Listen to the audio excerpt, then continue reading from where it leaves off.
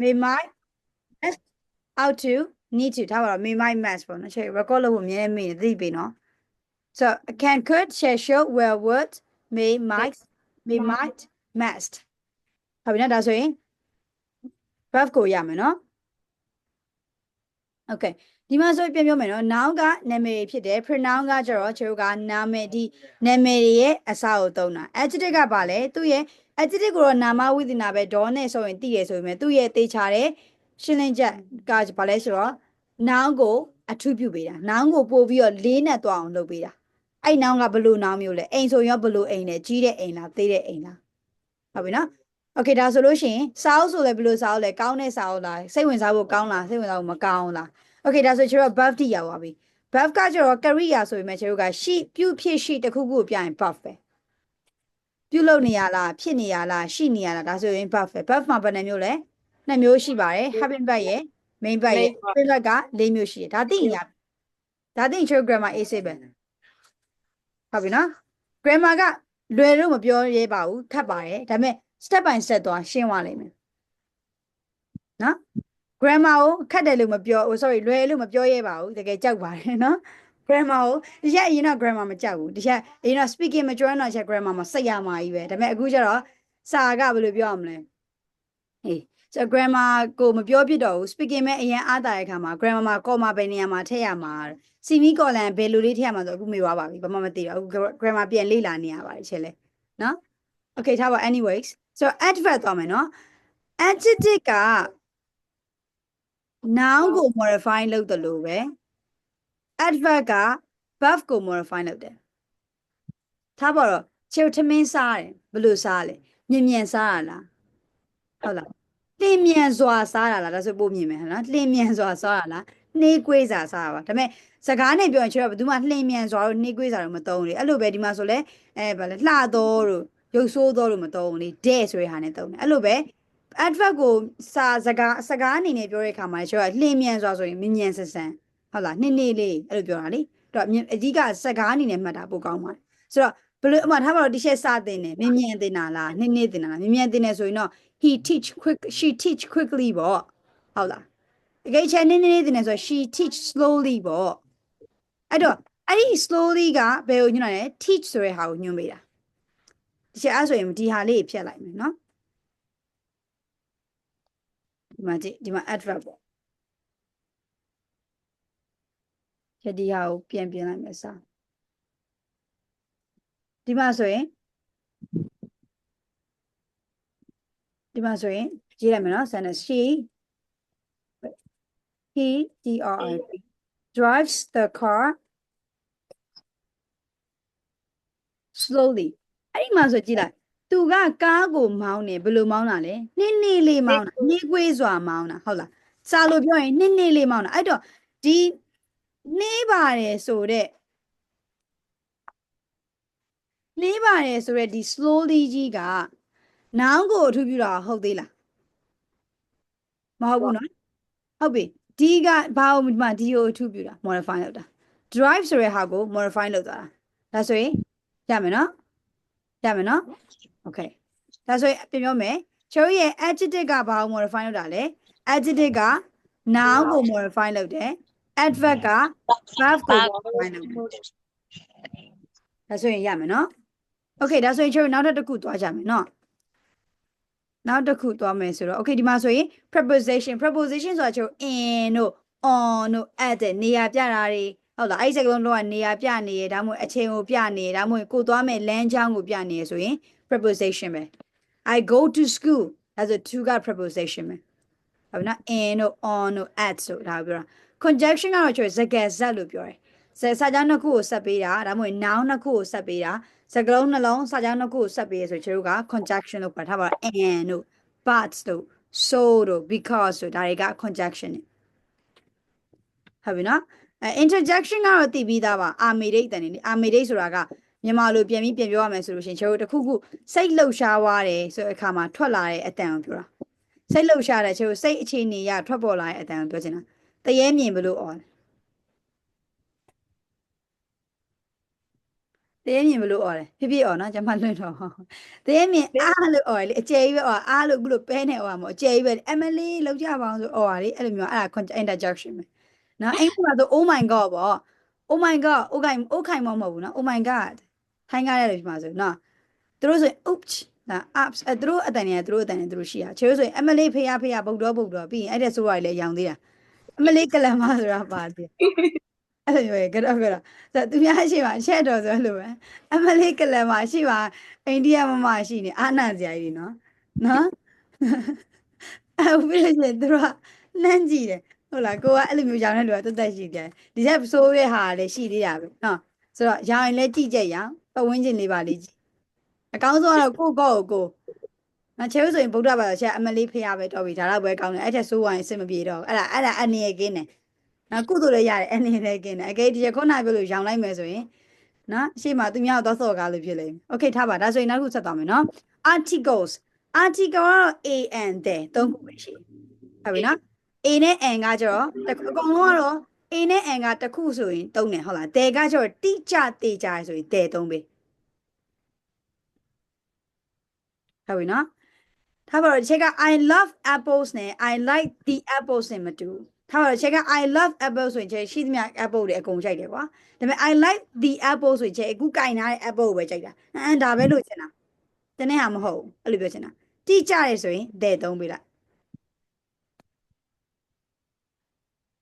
โอเคဒါဆိုရင်ကျတို့ဒီထဲမှာဒီမှာ parrot speech ဆိုမှချက်6ခုသင်သွားတယ်မရှင်းတာရှိလားနောက်ဆုံး recap တစ်ခုပြန်လုပ်မယ်နောက်ဆုံးတစ်ခေါက်ပြန်ရှင်းပြမယ်နော်ကျ parrot speech မှာအလုံးပေါင်းချက်က8ဆိုမှနဲ့9သင်ပေးထားတယ်ဆိုတော့ noun တွေကဘာကိုပြောရလဲ noun တွေကကဘာပေါ်မှာရှိတဲ့နာမည်ရှိတဲ့အရာမှန်သမျှ noun ပဲသက်ရှိဖြစ်စေသက်မဲ့ဖြစ်စေဘယ်ဟာပဲဖြစ်အကုန်နာမည်ရှိရဆိုရင် noun ပဲဟုတ်ပြီနော် pronoun ကကျတော့ noun တွေရဲ့အစားကိုသုံးတာ noun တွေရဲ့အစားဆိုယောက်ျားလေးဆိုရင် he သုံးမိန်းကလေးဆိုရင် she သုံးသူနဲ့ပတ်သက်တဲ့ဆရာကွက်လည်းချက်ပြီးပြမယ်နော်ဒါဆိုရင် pronoun တွေက noun တွေရဲ့အစားကိုသုံးတာ okay adjective လာပြီ adjective ကဘာလဲဒေါနဲ့ဆုံးတာ adjective မှန်တယ်ဒေါနဲ့မဆုံးတဲ့ adjective တွေတများကြီးပဲ this တို့ that တို့ဒါတွေကဒေါနဲ့မဆုံးတဲ့ adjective ပဲအဲ့ဒါတွေဟုတ်ပြီနော်ဆိုတော့မကြည့်ဆိုတော့ adjective ကဘာကို modify ဘာကိုအထူးပြုပေးရလဲဘာကိုလေးနဲ့အောင်လုပ်ပေးရလဲဆိုတော့ noun ကိုပို့ပြီးတော့လေးနဲ့သွားအောင်လုပ်ပေးရနောက်တစ်ခုအနေနဲ့က buff buff ကတော့တေချာရောပြုဖြစ်ရှိတစ်ခုခုကိုပြနေဒီက buff ပဲဟုတ်လားဒါဆိုရင်နောက်တစ်ခု adverb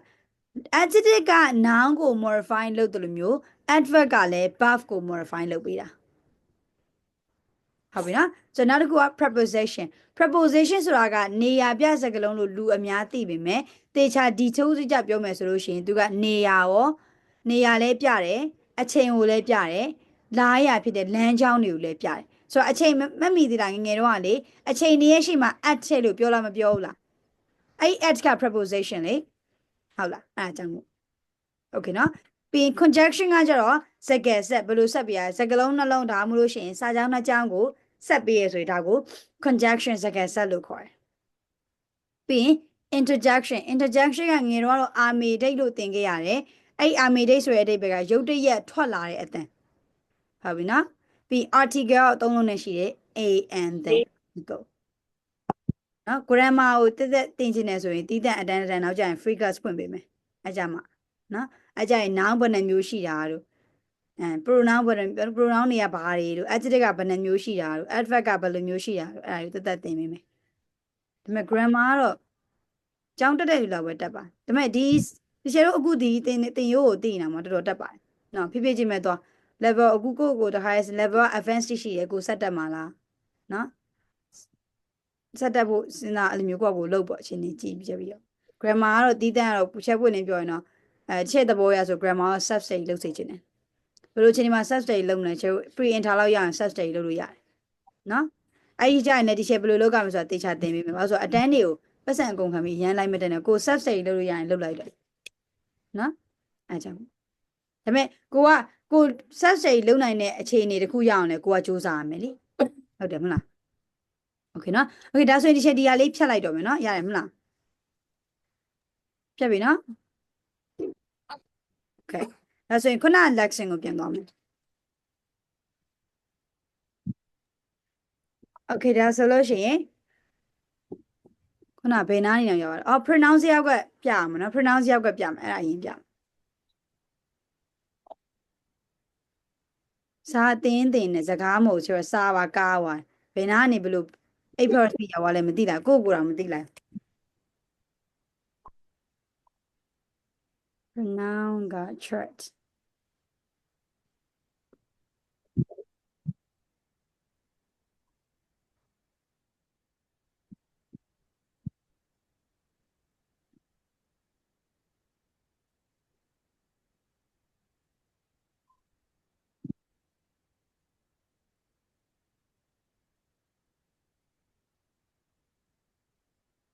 ဒီမှာလည်း pronounce ရောက်ကလေးရှိတယ်လို့ချင်းပြောရှာလို့ရပါတယ် Google ကနေမနော် pronoun ဆိုရင် subject pronoun ဘာလို့ဒါနောက်သေးခုပဲပါလေလို့ခိုင်ချက်ပြန်ရှာပေးမယ်ဟုတ်တယ်ကွာဒီမှာတော့ Google ကနေ pronoun ရကွက် chart တွေရှာလိုက်ရင်ဒီပုံကြီးပဲကြာလာတယ်နော်ဒီမှာဆိုရင်ချက်လို့ချင်တာโอเคဆို third person ကိစ္စပဲတခါလေးပြောရမှာပေါ့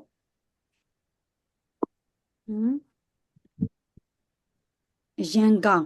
လိုင်းရရန်ကောင်ဟာအဲ့ဒါနေရပြီကောင်းပါပါโอเคဒီမှာဆိုရင်ဒါလေးတွေ့လားညနော်โอเคဒါဆိုရင်တခါလေးပြောမယ်ဒါဆို pronounce ရကောပေါ့အလုံးပေါင်းမှာ35ဒါမှမဟုတ်38မှာ yourself နှစ်ခုက plural ပါသေးရောဟုတ်လားနော်39တော့အများကြီးဆုံးရှိလိမ့်မယ်ဆိုတော့ဒီမှာကြည့်မယ်ဆိုပထမဆုံး I ဆိုရင်ကျွန်ုပ်ဆိုတဲ့ဟာမှာဆိုရင် I က oh thank you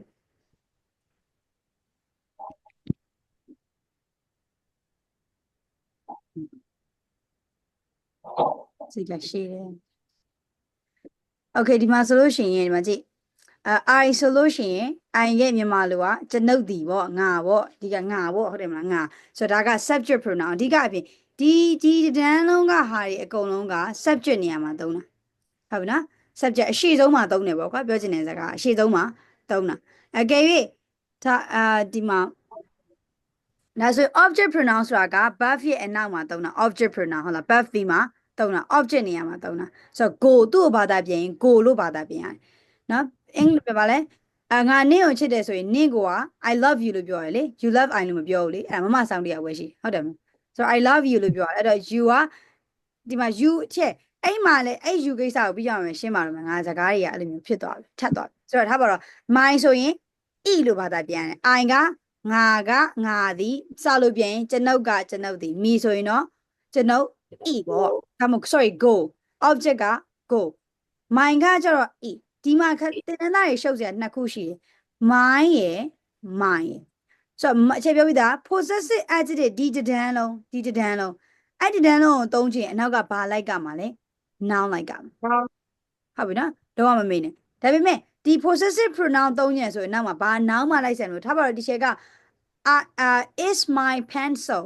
ဒါကငါရဲ့ pencil လို့ပြောမဲ့အစားဒီချက်က is mine လို့ပြောလိုက်ရတယ်ဟုတ်ပြီနော်အဓိကနှစ်ခုလုံးကအတူတူပဲသုံးတဲ့အပေါ်မူတည်ပြီး꿰သွားလိုက်မယ် is my pencil လို့မပြောဘူး is my pencil ပဲပြောတယ် is mine လို့လည်းမပြောဘူး is mine လို့ပဲပြောတာ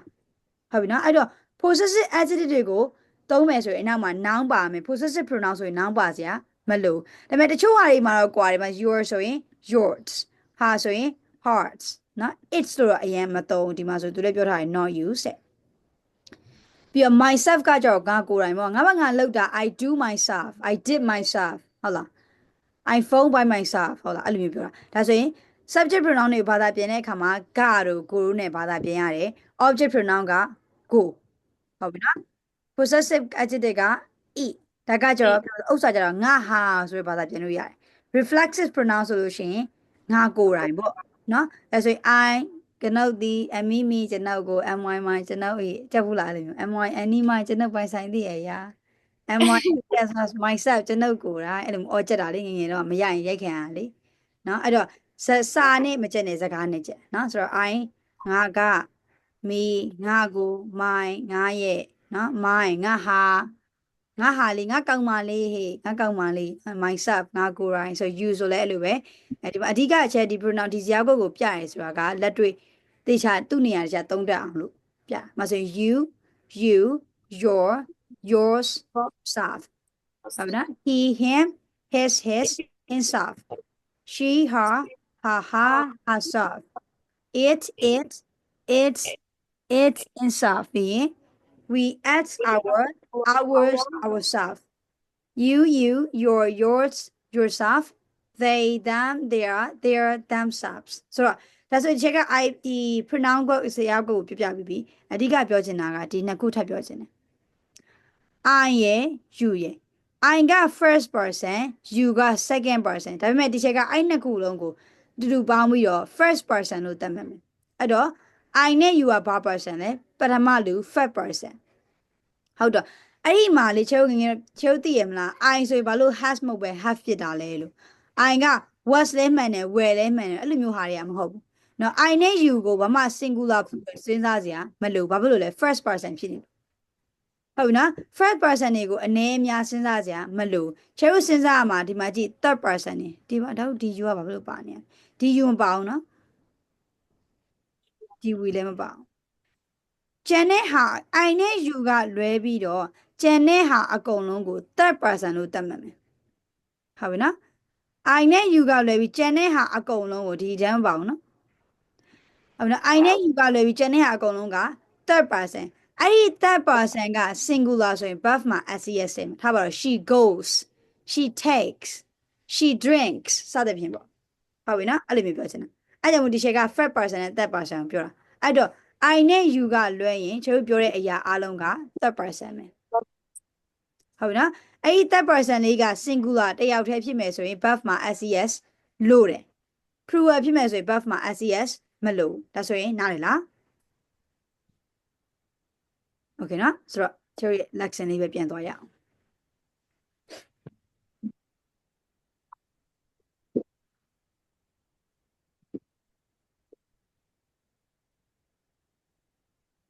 Okay ဒါဆိုရင်ကြည့် complete the sentences ကျွန်တော်ဒီမှာ complete sorry sentence တွေ8ကြောင်းရှိတယ်ဒါဆိုရင် complete လုပ်မယ်နော်ဆိုတော့ဒီမှာဆိုရင်အပေါ်ကဟာကိုဖတ်ပြီးတော့အောက်မှာလုပ်ပေးရမှာဆိုတော့Holly is from blank in Canada ဆိုတော့ဘယ်ကလာလဲဒီမှာဒီဟာကိုဖတ်တဲ့အခါမှာ Montreal ကလာတာဟုတ်လားအဲ့တော့ Holly is from Montreal in Canada ဆိုတော့ she's an တော့ပါလေ architect ဟုတ်တယ် architect She's architect he's an architect ARCHE ဒီမှာအဖြစ်ပါတယ်လေ architect Okay လက်ပြီးချက်ပေါ်ရပါနော်ဆိုပြီးနောက်တစ်ခုက her blank is in the center of Montreal တော့ဗမာလေသူ office sorry သူကဗမာလေဒါ office so her office is in the center of Montreal number 4 Cloud is from France France France he's a doctor he's a doctor hold on B his hospital is in the blank of Montreal too center of Montreal too here they are on blank in New York on holiday in New York they blank married they are married right ရရလို့ရှိလားအဲ့မြေလို့ရှိလားဒီနော်အဓိကကချေကဘယ်အဖြစ်ရလဲဆိုတော့ဒီပုံမှာ writing လေး sorry reading လေးပါတယ်ဒီ reading လေးကိုဖတ်ပြီးတော့ချေကအောက်ကဟာကိုဖြေရတာဟုတ်ပြီနော်ဆိုဆက်သွားမယ် so complete the question about Cloud and Holly ask and answer the question with a partner ဆိုတော့ဆိုဒီချက်မေးမယ်နော်ဒါဆို what's blank name ဆိုတော့ရတယ်ချေက his what's her name နဲ့ရတယ် what's his name နဲ့ရတာပဲအဲ့ဆိုရင် what's her name ဆိုရင်ဘယ်လိုဖြေမလဲ her name Holly what's his name Cloud his name Cloud okay Cloud okay where he from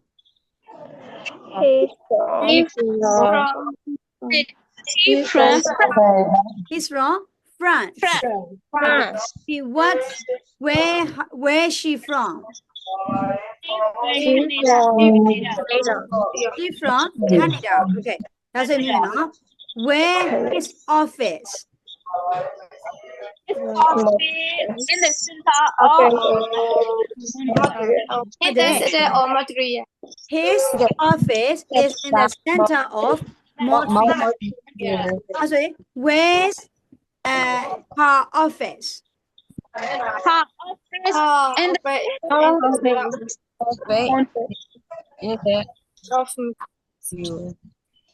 Okay, ဒီတစ်ခေါက်ကြာရင်နော်inventor Hello inventor Yeah. Oh. Okay ဒါဆိုရင်မေးမယ်နော်တစ်ချက်မေးမယ်နော်ဒီတည်းကဟာပဲကြည့်ဖြစ်မယ်နော် went her hospital sorry where his hospital Where is ပြရ hospital ကဘာမှလဲ country? ပြောလေ Any? သူစိတ်ရပါမလားဒီထဲမှာဖတ်ပြီးအဖြစ်ရှိရဒီမှာဖတ်အဖြစ်ရှိရ his hospital His hospital His hospital is in the center of Montreal Montreal. 2 Yeah 2မတက်ရတယ် center နော်ဒါ center မဟုတ် center Yeah Okay နောက်တစ်ယောက်က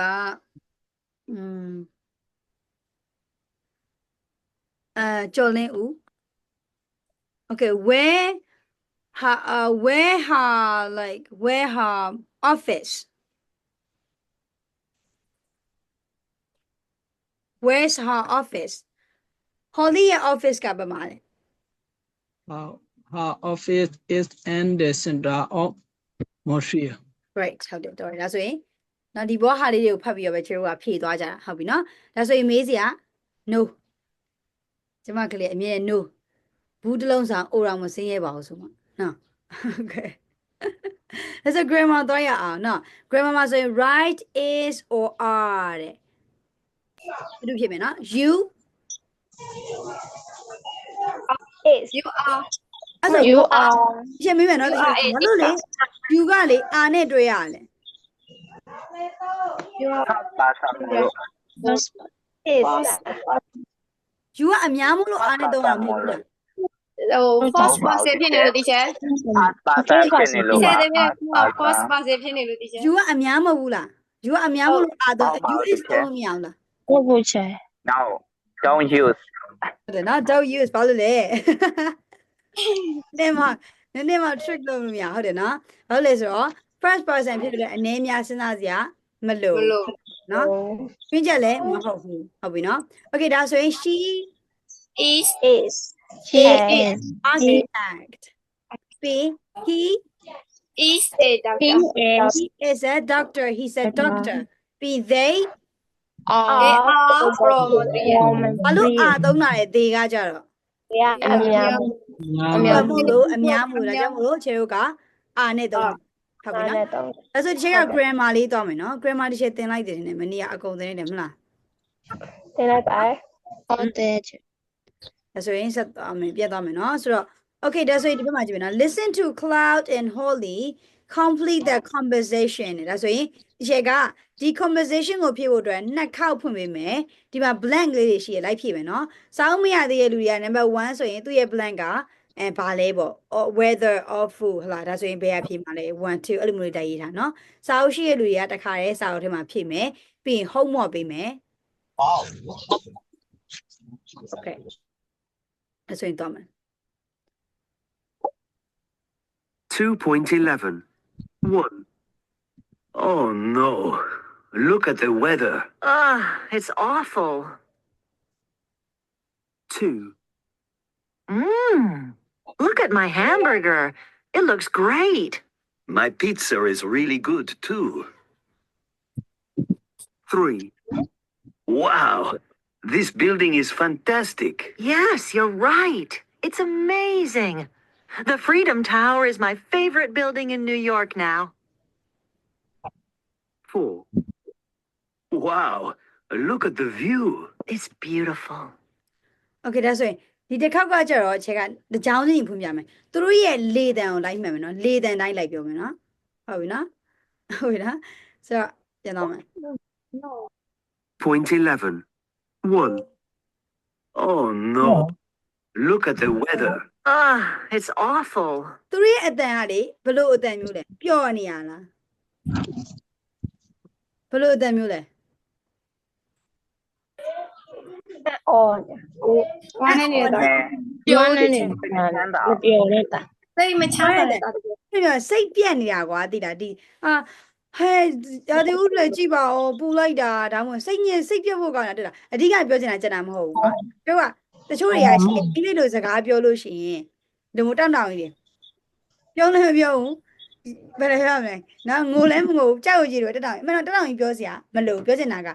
နော်အဓိကစိတ်ညစ်ရင်လည်းစိတ်ညစ်တဲ့ပုံစံလေးဟုတ်လားလုပ်ပေါ့နော်ဝမ်းနေရင်လည်းဝမ်းနေတဲ့ပုံစံဝမ်းသာရင်လည်းဝမ်းသာတဲ့ပုံစံလေးနဲ့ပြောပေါ့စကားမြန်မာလိုပြောရင်ကြာမျက်နှာတွေကသွား38ချောင်းလောက်ကဖြီးနေချက်9ရောက်ပို့ထည့်လိုက်ရနော်နော်အဲ့လိုပြောပြီးတော့ပြီးကြအင်္ဂလိပ်လိုပြောဆိုရင်တို့တက်တောင်ရင်ဟိုဗာလဲနောက်ဖြစ်လိုက်မယ် robot သူတို့မန်းလာအောင်ထင်ရတယ်နော်ဆိုတော့နည်းနည်းပါစိတ်ညစ်လဲစိတ်ညစ်တဲ့ပုံစံလေးနဲ့ပြောနောက်မှအဲ့တဲ့ပိုကောင်းတဲ့ example ပေးတော့မယ်နော်နောက်ဖြစ်မဲ့ robot တွေမြင်နေရတယ်လို့ပဲကျမမှာစကားပြောခိုင်းနော်ထားပါတော့ okay ဒီမှာဆိုရင် oh no look at the weather ချက်မျက်နှာအကြတွေ့တာလုံးဝပြောင်းသွားပြီနော်it's awful ဒီအားတွေအိုးတွေမပြောတတ်ရင်ခဏထားရတာသူတို့ရဲ့ interjection တွေပါသိလားit's awful awful ဆိုတာလေစိတ်ပြတ်ဖို့ကောင်းတာအရန်စိတ်ဘယ်လိုရမလဲဟိုလုံးဝကမကောင်းတဲ့ဘက်က negative ဘက်ကပဲဟဲရာသူတို့ရဲ့စိတ်ညစ်စရာချေအခုဆိုပူလိုက်တာဒါပဲအဲ့လိုပြောချင်တာနော် it's awful ဆိုးရွားလိုက်တာနော်ပူလိုက်တာအေးလိုက်တာနော်အဲ့လိုမျိုးဆိုးရွားတာပြောချင်တာ okay နော်ဒါဆိုရင် oh no look at the weather it's awful awful ဆိုတာကဆိုးရွားတာပြောတာနော် back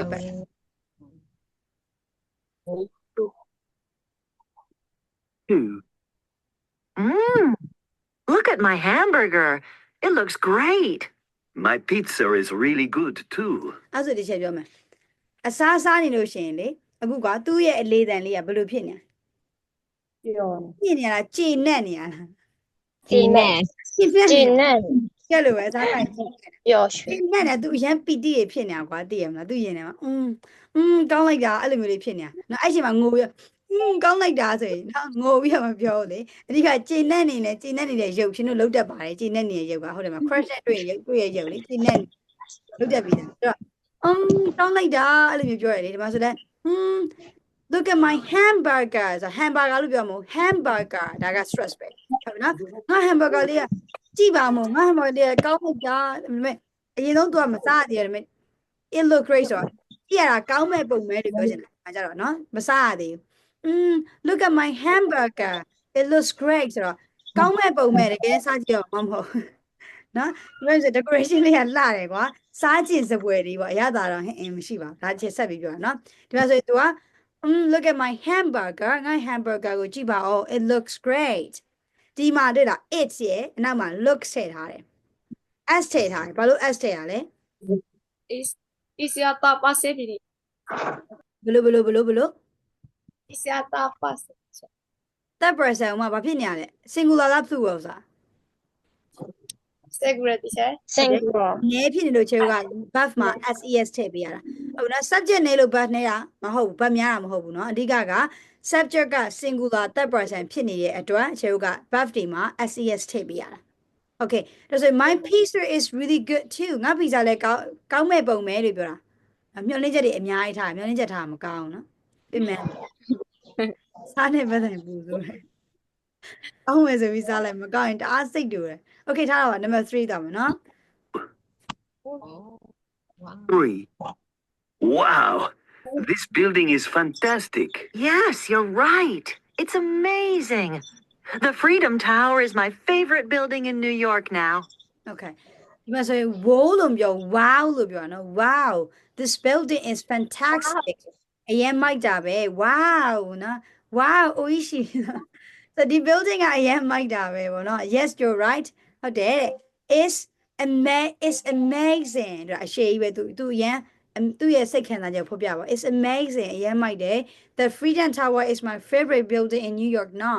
so Freedom Tower ပေါ့ဒီ Freedom Tower ကသူ့ရဲ့ favorite place ပဲ favorite building ဆိုတာသူအရန်ကိုကြိုက်တယ်အစအဦးပဲဒီ New York မှာဆိုလို့ရှိရင်ဟုတ်ပြီနော် Wow this building is fantastic yes you're right it's amazing the Freedom Tower is my favorite building in New York now ဟုတ်ပြီနော်ဒါဆိုရင် number 4 4. Wow, look at the view. It's beautiful. Wow look at the view it's ဒီ view ကိုကြည့်လိုက်ပါအောင် view တော့မြန်မာလိုသိရမလားရှုခင်းကိုကြည့်လိုက်ပါအောင်လှလိုက် it's beautiful လှလိုက်တာ Okay ဒါဆိုရင် number 1ညင်ပြောပါအောင် Oh no look at the weather အတန်မှန်ပြောအမှန်မချင်းပြောအောင် Oh no. Look at the weather. ဟမ်အာ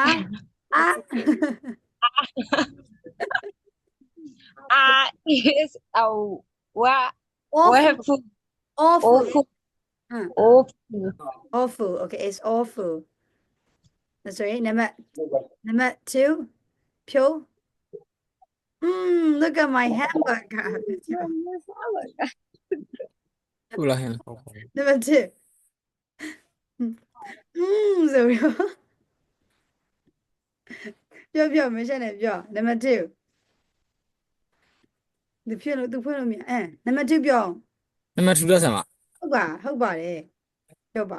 Man. မန် Look at မ my ဟုတ်ဘူး hamburger. မန်မဟုတ်ဘူးငါစိတ်ညစ်တယ်မန်လို့သူတင်တာလို့ပြောရတာကောင်းလို့ရှိရင်ကောင်းလိုက်တာအဲ့လိုပြောတာလေမန်မဟုတ်လို့ပြောတာ Look at my hamburger. It looks great. My pizza is really good too. နည်းနည်းလေးတဲ့ထဲ my pizza is really good too ပြော My pizza is really good too. ဟုတ်တယ်မားမဟုတ်ဘူးနော်ကျမတို့ရှင်ဒုက္ခရောက်မလို့နော်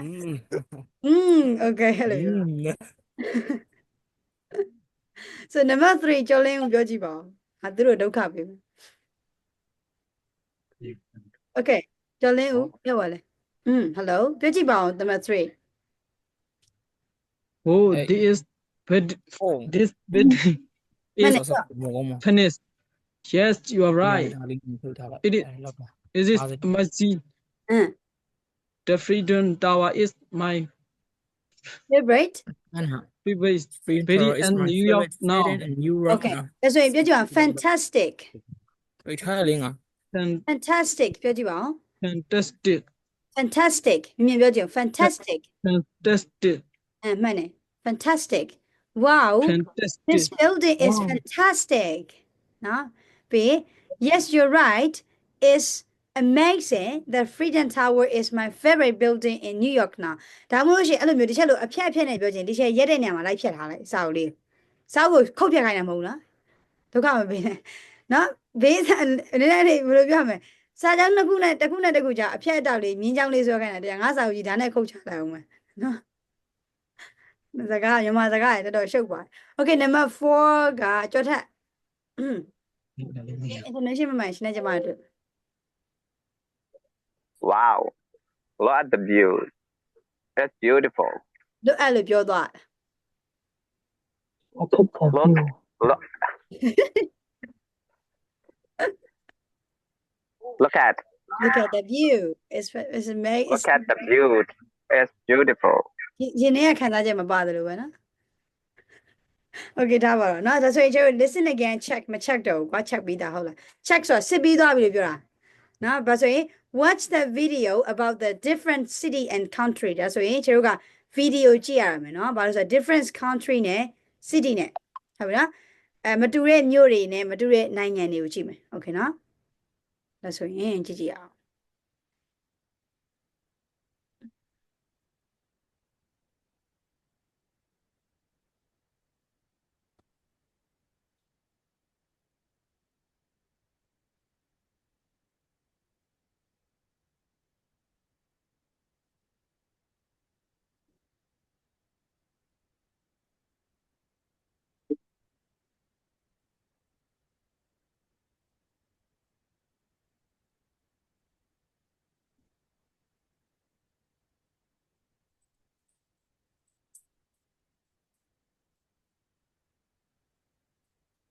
Where are you from မင်းဘယ်ရလဲနော်ကြည့်မယ်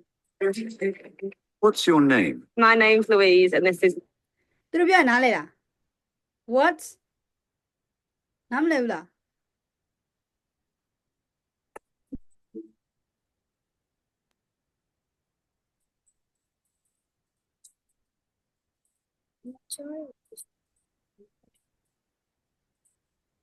What's your name? ဗာမေးသွားလဲ What's your name? မဟုတ်စိတ်တော့ကမပေးကြနဲ့နားလဲလဲနားလဲပြောကြ my name's Louise, and this is Laura. My name's Laurie. My name's Laurie. Laura နော်အဓိကနာမည်ကိုမပြောတတ်နေရတယ်နားလဲဘူးအဓိကသူတို့ပြောရဲ့သူတို့အဓိက main ဘာပြောသွားတာလဲ What's your name သူတို့နာမည်မေးသွားတယ် My name ဆိုပြောသွားတယ်အဲ့ဒါနားလဲညနော် Who are you? I'm fine. Where are you from? I'm from Manchester. Where's Manchester? Manchester is in the UK. Manchester ဘယ်ရလဲ UK. UK အဲ့ပဲဒီ IT ပွင့်သိရပြီနင်းသူရမ်းကြော်နေတာအစိတ်ချမ်းသာအဲ့လိုပြောနေနေတာပါနော်နင်းဒီချက်ပြောခဲ့ပါတယ်ဟုတ်တယ်မပြောစေရမယ်ပြောအောင်ထားမယ်ပြောခဲ့ပါ Okay တတ်မယ်နော်ဆက်သွားမယ် Manchester is in the north of England. It's a fantastic city.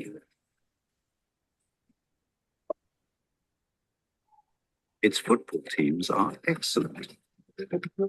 Louise's favourite team is Manchester United.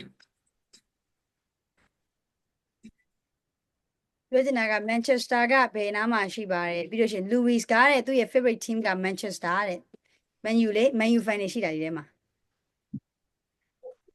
ဘလိုပဲမကြည့်ဘူးဒီချက် ဟုတ်တယ်အမှတ်မရှိဆိုတာ Man U fan ပဲမပြောတော့ပါဘူး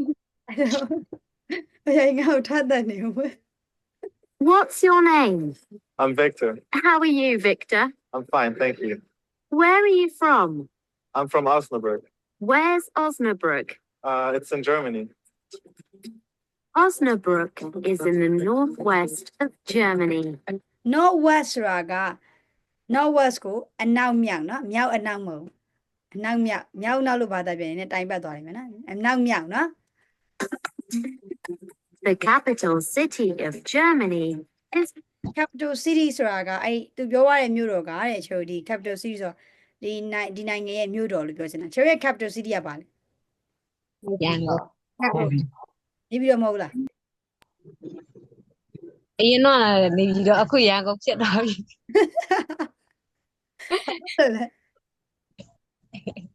ဘယ်လိုဖြစ်သွားပြောကြပါဦးဘယ်လိုဖြစ်သွားရန်ကုန်က အားမသိဘူး အဲ့တော့မသိဘူး okay Berlin. There are lots of beautiful buildings in Berlin. Victor's favorite is the TV tower. The view is amazing. What's your name? My name is David Ziambi. How are you? I'm fine, thank you. Where are you from, David? I'm from Harare. Where's Harare? Harare is in Zimbabwe. Zimbabwe is a country in southern Africa. David's favorite place in Zimbabwe is Victoria Falls. It's amazing.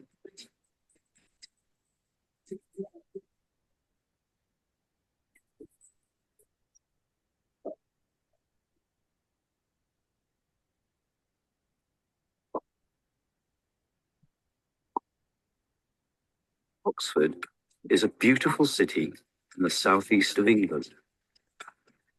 Its old buildings are fantastic. Oxford University is in the centre of the city.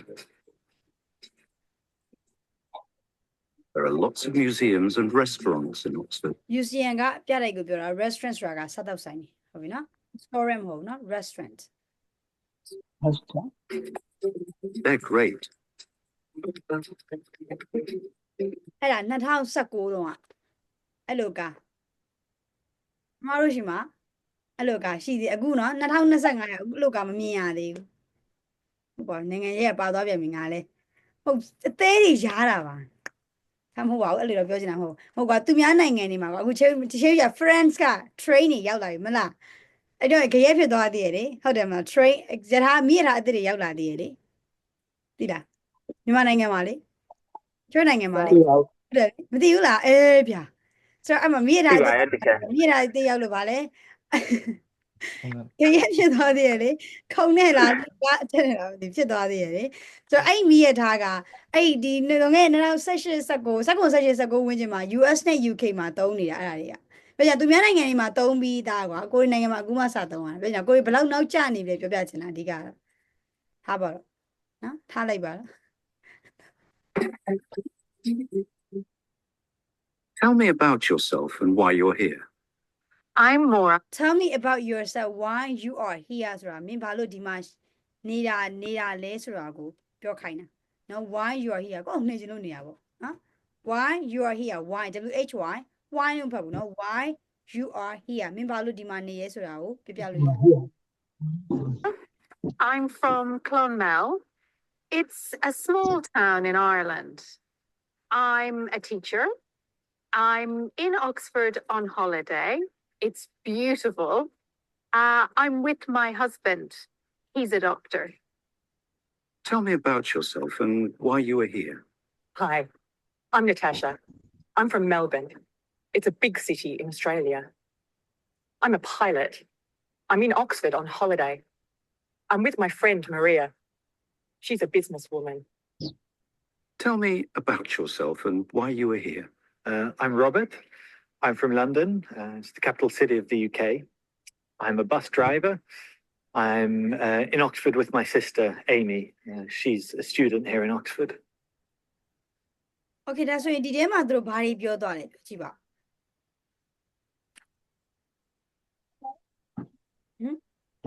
တော်များများသိနားမလဲ ဘာတွေနိုင်ငံတွေပြောသွားတယ်ပြီးတော့ နိုင်ငံတွေပြောသွားတယ်သူတို့နေရတယ်ပြောသွားတယ် ပြောထားတယ် ဒီထဲမှာကျန်တဲ့လူတွေအခုထားပါတော့ပြောတဲ့လူတွေနဲ့တခြားလူတွေကဒီထဲမှာသူတို့ပြောတဲ့စကားလုံးတွေအကုန်လုံးဘာသာပြန်ရင်းလူရှိလားရှိပါတယ်ရှိတာပေါ့သိမလား ကလကိုတို့ သူတို့ပြောတဲ့စကားလုံးတွေဘာသာလိုက်ပြန်နေရတယ်အဲ့ဒါအဓိက main အဲ့ဒါအဓိကဒုက္ခရတာအဲ့ဒါအခုအဓိကတိုင်ပတ်တာပဲဆိုတော့အဓိကချေတို့ကနားထောင်ရမှာက stress words တွေကိုနားထောင်အောင်ပါထားပါတော့ခုနဆိုရင် I live in Robert ပြောသွားတာဆိုလို့ရှိရင် I'm the best driver so I'm the အရှိ I'm the နားမလည်ခဏ best driver သူဘာလုပ်တာလဲ come on best come on driver ဒါတော့သိရင်ရပြီလေအဓိကပြောနေတာ main ကိုတက်ကမှာဘာလို့ဆိုချေတို့ကလူဒီချေတို့လည်း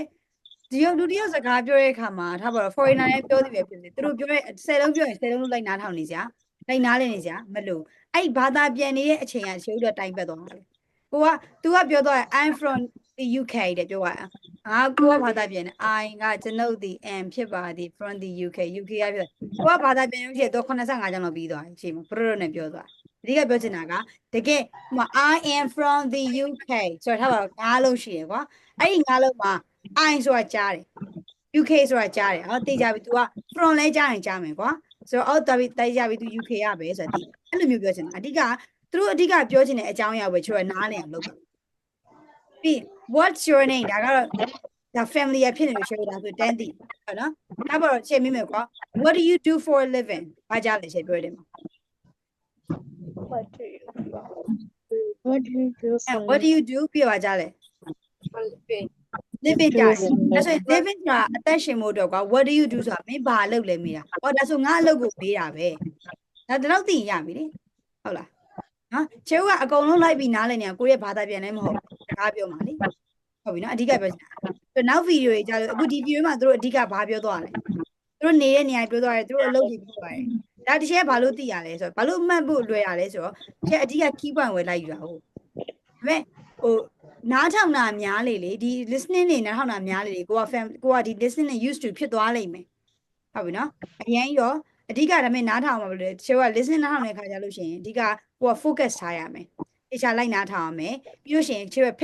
picture လေးဖြစ်ကြမှာလို့ဆိုတော့သူတို့ပြောတဲ့ဟာလေးတွေကိုလေမျိုးလုံးထဲမှာမြင်နေရမှာဒါပေမဲ့ဒါတော့တချို့ video ကြည့်တာမဟုတ်ဘူးတကယ် audio ကြီးပဲနားထောင်လို့ရှိရင်တချို့မျိုးလုံးထဲမှာမြင်ကြည့်ရဒီငယ်တော့ဖေဖေမေမေရဲ့ပုံမြင်ပြပြတယ်မလား ပုံပြပြလို့ရှိရင်ဒီမှာကြားကြီးဆိုရင်မျိုးလုံးဒီမှာကြားကြီးမြင်တယ်လေအဲ့ဒါကိုပြောချင်တယ်နော်အဲ့လိုမျိုးလိုက်မြင်လို့ရှိရင်ပုံကြီးမှတ်မိတယ်ကွာသိလားတချို့က listening ဆိုဘာလို့လဲဆိုတော့ English က listening နားထောင်နေဆိုသူကဘာသာလိုက်ပြန်နေအမှန်ကဘာသာပြန်တာထက်အဲ့လိုပုံလေးတွေလိုက်ပြီးတော့ပုံပြကမျက်စိမှာလိုက်မြင်ကြည့်တာပုံမှတ်မိတယ်ဟုတ်ပြီနော်အဲ့ဒါပထမတစ်ချက်က focus စားရမယ်ဒုတိယတစ်ချက်ကကျတော့မျက်စိထဲမှာမြင်ကြည့်ရမယ်အကယ်ပထမဆုံးမျက်လုံးဖွင့်နေတော့အာယုံကတွေ့နေမှာပဲအဲ့တော့မျက်လုံးလေးမှိတ်ပြီးအရင်နားထောင်ကြည့်နောက်ပိုင်းကျတော့မှအကျင့်ရလာပြီဆိုရင်ကိုယ်မျက်လုံးဖွင့်ပြီးတော့လေပုံတူအောင်နားထောင်လို့ရတယ်နောက်တစ်ခုကကျတော့နားထောင်တဲ့အခါမှာတကယ်ခုနပြောခဲ့သူပဲ stress words တွေကိုသိချနားထောင်ဟုတ်ပြီနော်ပြီးအဲ့ဟာတွေအကုန်ကြော်ပြီးသွားပြီအဲ့ဟာတွေအကုန်အဆင်ပြေသွားပြီဆိုလို့ရှိရင် repeat လိုက်လို့နော်သူတို့ဘာပြောသွားလဲပြောသမျှကြားတဲ့အထီကို repeat လိုက်လို့ဟုတ်ပြီနော်ဒီထက်ပိုပြီးအချိန်ရရင်တော့သူတို့တစ်ကြောင်းပြောတစ်ကြောင်းလိုက်ရတာအကောင်းဆုံးနော် okay ဒါဆိုရင်ရမယ်နော် testing ကကြံသေးရင်မပြီးဘူးပြီးပြီလို့ထင်နေရမလားဆိုတော့ဆက်တော့မယ်နော်ဒီမှာဆိုရင် everyday English မှာဆိုလို့ရှိရင်ကျွန်တော်က numbers 11 to 30 11ကနေ 30 ထိသင်ရမယ် so say the numbers 1 to 10 around the class တဲ့ဆိုတော့ပြောကြည့်ပါအောင်ညင်ညင်1 to 10တခြားပြော1 2 3 4 5 6 7 8 9 10 8 not T then him 8 9 10 9 10 10ဒါဆိုရင်မြဘူးငေါ11 to 30ထွက်ကြည့်ပါအောင်ဒီမှာ stress တွေပါတယ်20 sorry 20 ညှိထားတယ် okay 11 12 13 14 15 16 17 18 19 20 right so 11 12 13 14 16 sorry 15 16 17 18 19 20အဓိကကဒါကတစ်ချက်ပြီးရင်ချေက13နဲ့30နဲ့မကွဲကြဟုတ်လား30နဲ့73နဲ့မကွဲရရှိအဲ့တော့ချေက73လို့ပြောချင်ချေ13နည်းနည်းလေးဆွဲပြောတာ13ဟိုကကျတော့30က30ဟုတ်နော်14 40 15 50ပြောဆိုရင်73လို့14လို့က73ကနေ19ထိကအတန်ဆွဲတယ်အတန်လေးနည်းနည်းရှည်တယ်ဟိုကအတန်ပြက်တယ်ဟုတ်ပြီနော်ဒါဆိုရင်နားထောင်ကြည့်မယ်နှစ်ခေါက်နားထောင်မယ်နော်ပထမတစ်ခေါက်ကလိုက်ပြီးအရင်ဆုံးနားထောင်မယ်ဒုတိယတစ်ခေါက်ကကျတော့လိုက်ပြောမယ်နော်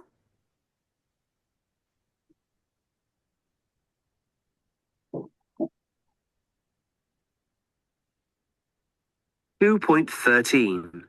Numbers 21 to 30 21 2.12 Numbers 11 to 20 11 12 13 14 15 16 17 18 19 20 okay ဒါဆိုရင် 1.8 ဒီတစ်ခေါက်ကလိုက်ပြောမယ်နော် 2.12 Numbers 11 to 20 11 12 13 14 15 16 17 18 18 19 19 20 20 okay ဒါဆိုရင်ချွေဒီမှာလေstress လေးတွေပေါ့နော်11လို့ပြော11 11နော်11မဟုတ်11ပြီး12 12ကဘာလို့ stress မရှိရလဲ အတားတစ်မျိုးအတားတစ်လုံး တန်နဲ့မို့လို့တန်နဲ့မို့လို့ဟုတ်တယ်တန်နဲ့မို့လို့နော်အတန်တစ်ခုတည်းမို့လို့နော်12နော်တစ်ခုတည်းမို့လို့ okay so 13 13 13ပြီး14ဒီမှာဆိုရင် ဒီရဲ့14တို့13တို့ကအရင်လည်းအတန်မပြင်းဘူးလေအတန်ပြင်းမှ stress မဟုတ်အတန်ဆွဲရင်လည်း stress ပဲဟုတ်ပြီနော်13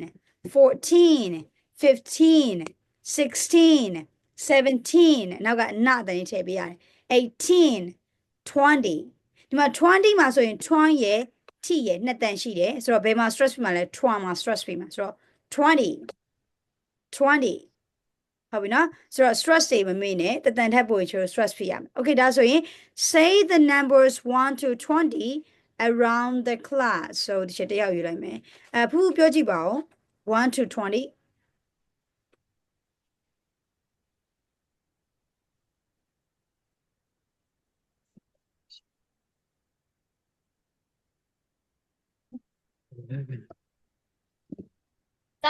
11 to so 1 to 20ပြောကြည့်ပါ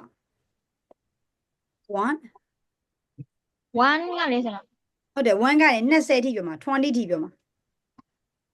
1 2 3 4 5 6 7 8 9 10 11 12 13 14 15 16 17 18 19 20 okay great ဒါပေမဲ့6 ပြီး8 7ဟုတ်ပြီနော်အနောက်က T sound နေending sound နောက်ဆုံးအတန်လေးပြအောင်ထွန်းနော်ရတယ် okay now 1 2 3 4 5ဟုတ်နော် V တန်ပါတယ်5 5 6 7 8 9 10 11 12 13 14 15 16 17 18 19 20ဟုတ်ပြီနော်ဆိုဒီထဲမှာချိုကလေးလေးလည်းပါတယ်တခါလေးစာနဲ့ဝေးနေတူတွေပါလိမ့်မယ်ဒါပေမဲ့ဘာမှကြီးဟိုကိုငါနဲ့ငါမလိုက်မမီဘူးလို့ငါမလုံနိုင်လိုက်ဘူးဆိုရင်မသွားဘူးကိုယ့်ကိုရအောင်လိုက်လိမ့်မယ်နော်ဒါက beginner လေးပထမဆုံးမရှိသေးဟုတ်တယ်နော်လွယ်ပါတယ်နော်ဒါဆိုရင် write the number your teacher said say the number your teacher write လက်ဒီချက်နံပါတ်4ကြော်မယ်ဆိုဒီ match the number တော့မယ်နော်match the number ဒါသိပါတယ်နော်21ဟုတ်လား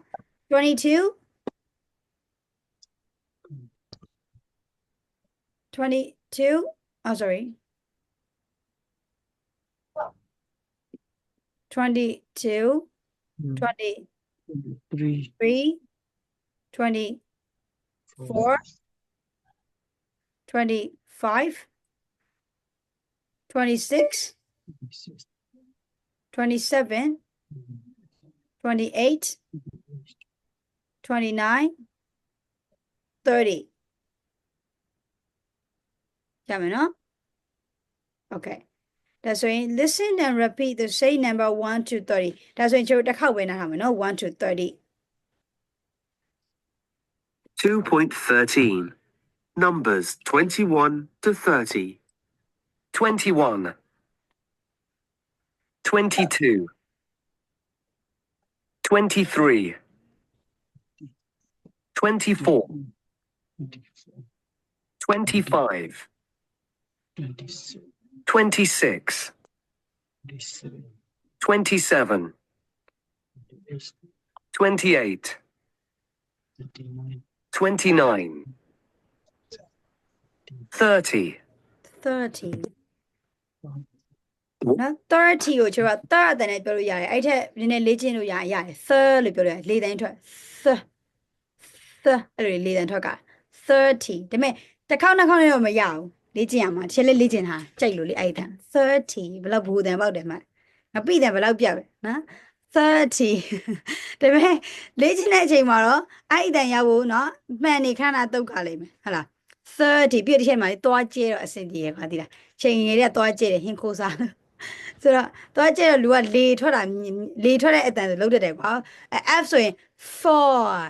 5သူများလို့4 5လို့မထွက်ဘူးချက်ပြီးလေသွားကျဲတော့လေထွက်တယ်လေတော့4 5ပြီးအဲ့လိုထွက်တာလေအဲ့ချက်သွားကျဲတော့လေထွက်တယ်ရှင်တို့သွားစီရလူတွေကမကောင်းနော်ဒီမှာသွားမလိုက်လူတွေက on the elephant ပဲနော် over confident ပဲရတယ်ဆိုတော့ဒီမှာဆိုရင်30ဆိုရင်30နဲ့ပြောတယ်မလားရတယ်30ကျွန်မစင်ဖို့ပဲအေးစေးပြောလို့ရတယ်30နော်3 like 3ရထားပါတော့3လည်းပြော3 30နော်30မျိုးပြောလို့ရတယ် Okay နော်အဲ့တော့အမေမွေးတွေကသွားကြ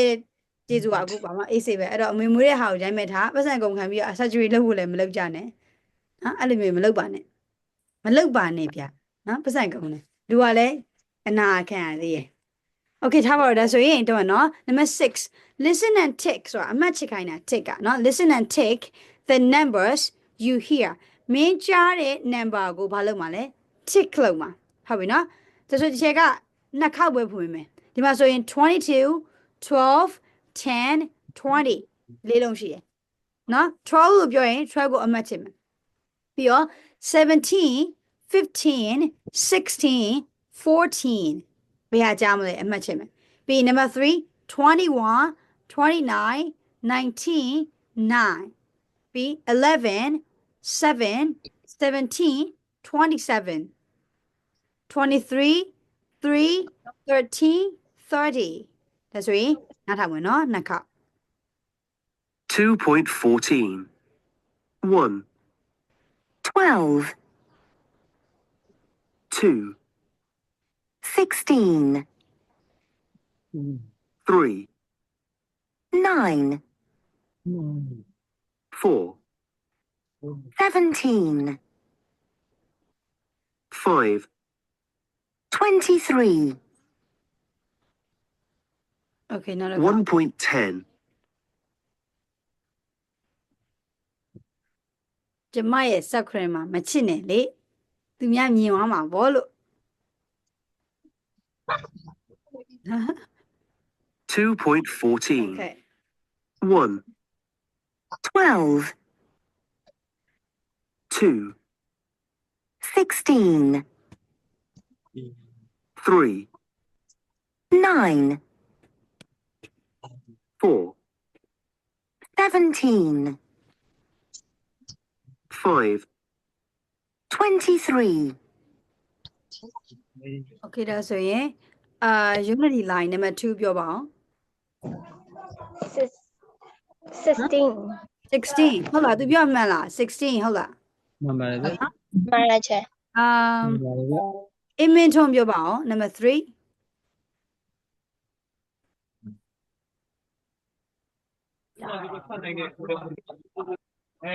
number 3ကဘယ်လိုလဲ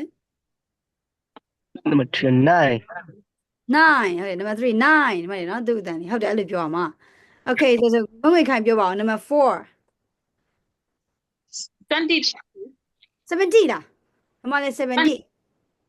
23. Oh, number 4. Sorry, this is 17. 17မဟုတ်17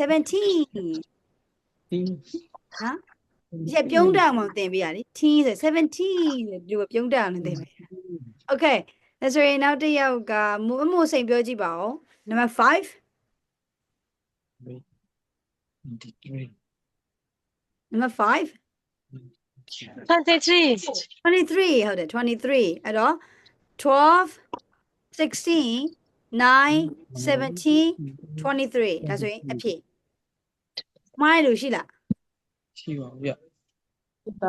Yeah, okay ဆက်တော့မယ်နော် So look at the photo. How old is he or she? How old ဆိုတာက how old is she လို့ဘာလို့ကကျတော့ old ပိုင်အသက်ကိုမေးတာဟုတ်လား How are you ကနေကောင်းလားလို့အဆင်ပြေလားမေးတာ How old are you ဆိုရင်အသက်ဘယ်လောက်လဲမေးတာဟုတ်ပြီနော်ဆိုတော့look at the photo တဲ့ How old is he or she တဲ့ဆိုတော့ကျတော့ I think he's about 26ဆိုတာက he's about ဆိုတာက can ပေါ့နော်26လောက်တော့ရှိမယ်ထင်တယ်လို့ပြော I think ငါထင်တယ်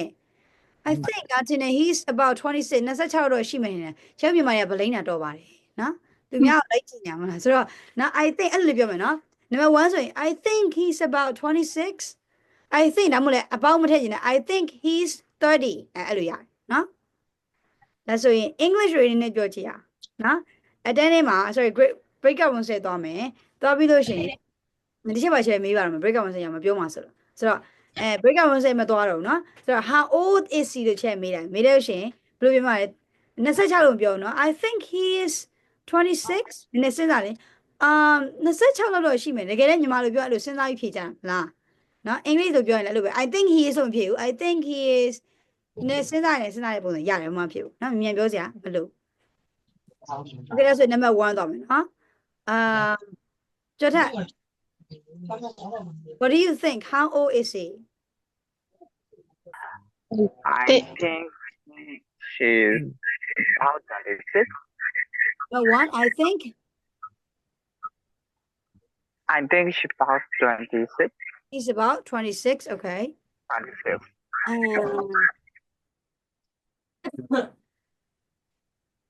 Bibi send me. Okay. How old is she? Number 2 了姐 And number 2. I think her She, think I think he's, I think he is about 12 she's about 12. Yeah, she's 12. Yeah, she's about 12 to do it. Nearly 12 ဆိုရင်20နှစ်လောက်တော့စနစ်နီးနေပြီပေါ့ဟလားပြည့်တော့မယ်စနစ်ပြည့်တော့မယ်နော် Okay. So I think she's 12 there. Okay, ဒါဆိုရင်နောက်တစ်ယောက်ဖြိုးပြောကြည့်ပါအောင်ဖြိုး Number 3. How old is he?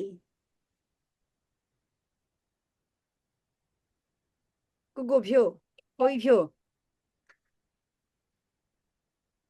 Okay, now I think he's 14. 14. Great. ကျမကလေးပြောတတ်ပါတယ်နော်စကေးထုံးမပြသေး Okay, unity sign ပြောကြည့်မယ် Number 4. How old is she, the baby? I think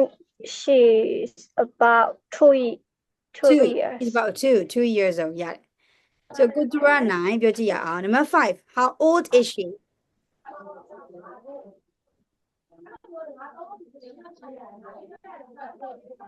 Hello? ဟုတ်တယ်ကိုသူရဟုတ်တယ်ဟုတ် How old is she? I think she about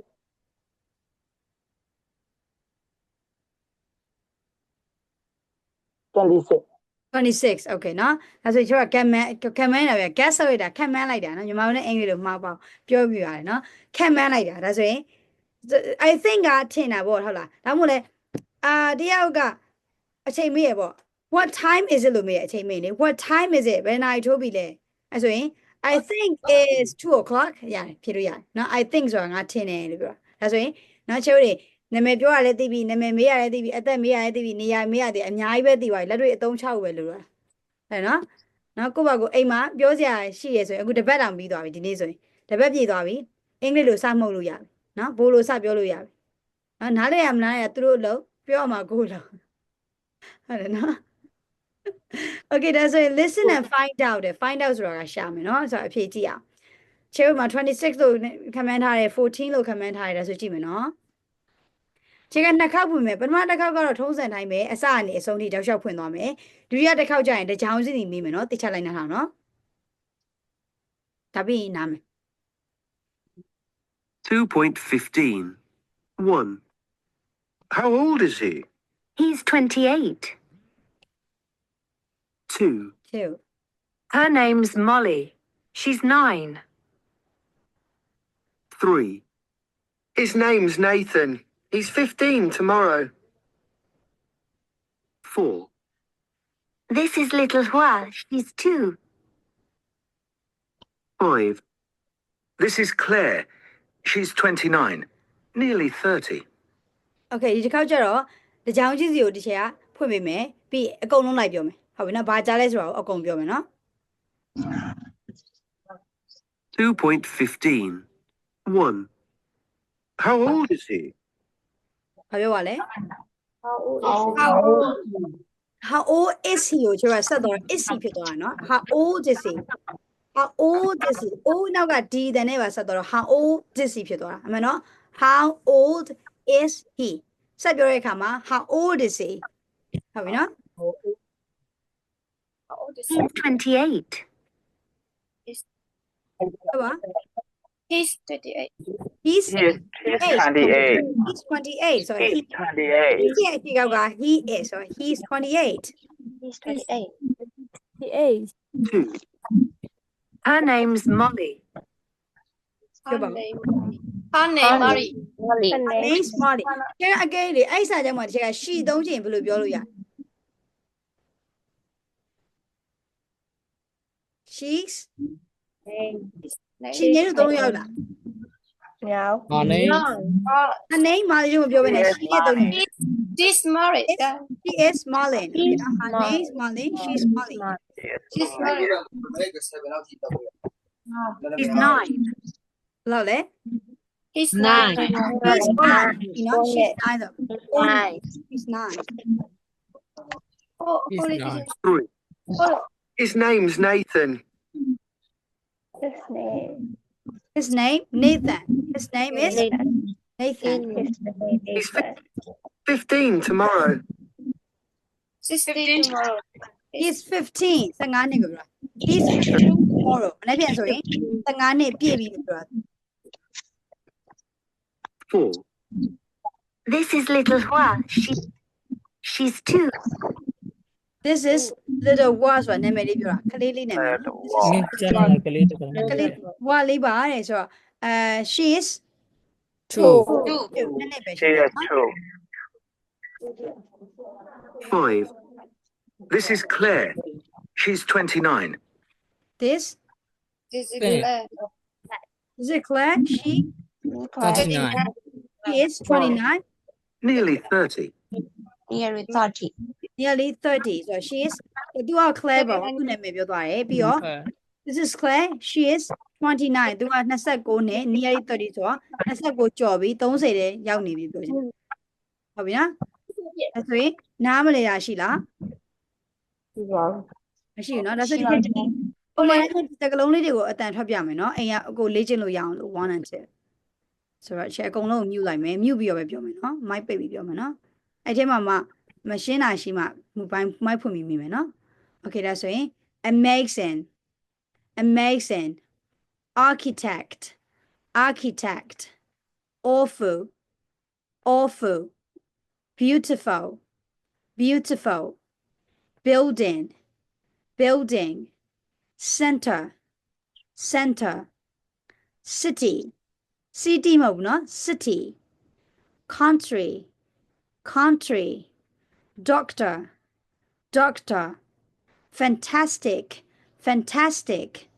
favorite great hamburger hospital map married office on holiday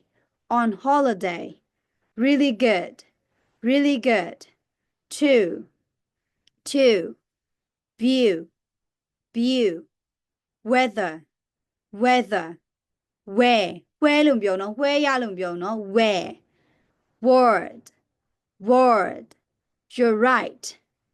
rightဆိုရင် countries Argentina Australia Brazil Canada China Egypt England France Italy Japan Russia Scotland Spain the UK the US Turkey that's right number 11 to 30 11 12 13 14 15 16 17 18 19 20 21 22 23 30ဟုတ်ပြီနော်ဆိုတော့ကြောထက်တို့အရင်သင်တန်းသားအဟောင်းနေဒီ IPA ပါတယ်နော်လေ့ကျင့်လို့ရတယ်တခါတည်း IPA နဲ့ကျင့်လို့နော်ဒီဒါဆိုရင်မေးစရာရှိလားရှိဘူးနော်ဒါဆိုရင်ခဏလေးမထွက်နေဘူးနော်ဒီချက်ဟိုဟာလေးလုပ်ချင်လို့ဒီhomework လေးတခါလေးပြလိုက်မယ်ဘယ်လိုမျိုးထက်ကလဲဆိုတော့နော် Okay wait for why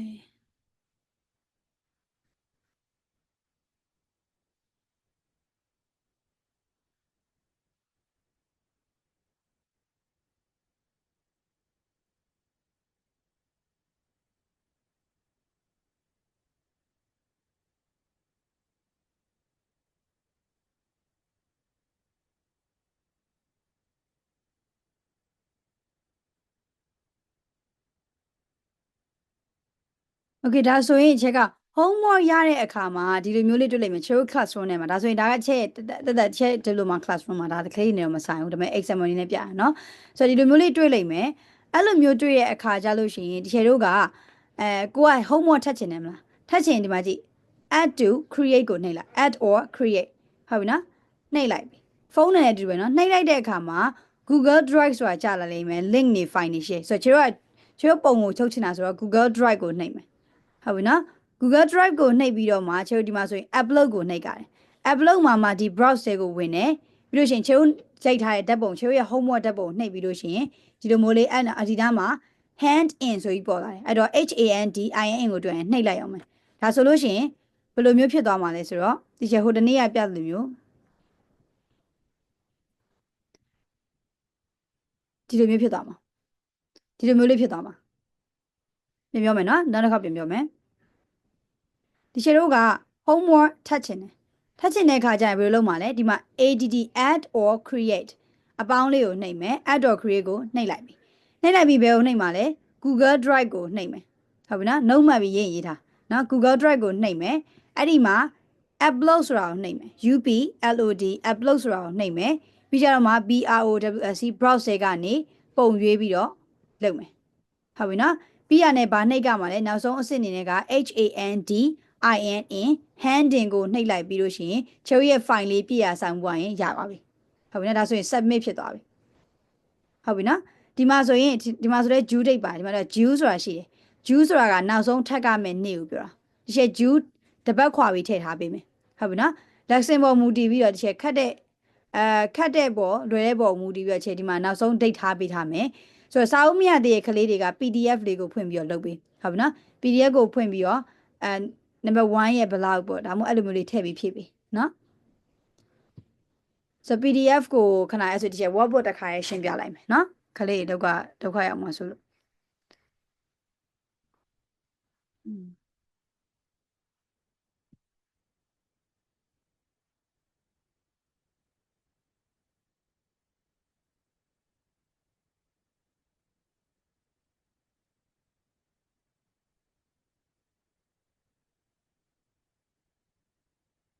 document